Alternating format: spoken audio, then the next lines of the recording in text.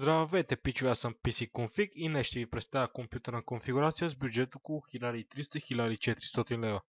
Дъната платка, която съм избрал за нашата конфигурация на Asus Prime B350MA идва на цена от 187 лева. Разполага с 4 слота за RAM памет, поддържа до 64 ГБ, разполага с 3 честоти за RAM памет, което прави перфектен избор за този ценови клас. И нека сега да обърнем внимание на нашия процесор, който съм избрал. Той е на AMD Ryzen 5 4 ядрен 1500X на тактова честота 3,5 ГГц на най-новия сокет на AMD AM4. Процесорът идва на цена около 410 до 430 лева. Разполага с 4 ядра, 3,5 ГГц, тактова честота 14 нанометрова технология. На L2 кеш паметта е 2 МБ, на L3 е 16 МБ.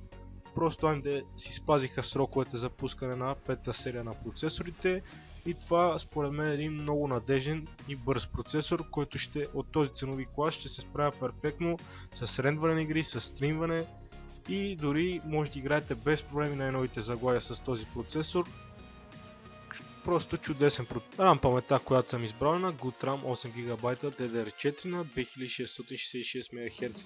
Тази RAM памет идва на една чудесна цена от 115 лева, като се има предвид, че пазара напоследък доста се оскъпи и повечето RAM памети на тази честота не падат под 140-150 лева.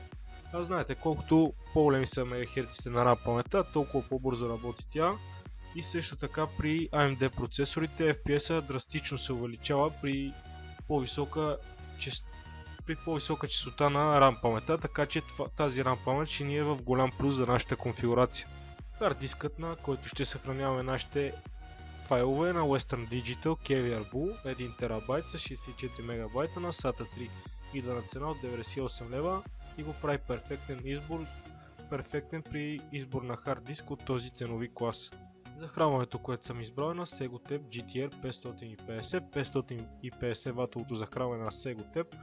Мисля, че това захранване ще бъде напълно достатъчно за нашите компоненти, като си има предвид, че процесор е с 65 W електрическа консумация и ще ни свърши перфектна работа.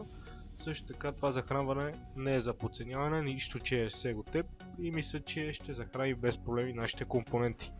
Видеокартата, която съм избрал за нашата конфигурация на Palit GeForce GTX 1060 StormX на 3 ГБ на 192 бита. Избрал съм тази карта, възможно най-евтиния вариант, за да мога да се вмъкна в бюджет около 1300 лева с новите процесори Ryzen от 5-то поколение. И тази видеокарта ще ни свърши перфектна работа, нищо че е с 4 ГБ версия. Кутията, която съм избрал за нашите компоненти е една много лъскава кутия на Segotep Polar White. Идва на цена от 45 лева и ще ни свърши перфектна работа за тази конфигурация. И нека сега да видим резултатите от GameDebate.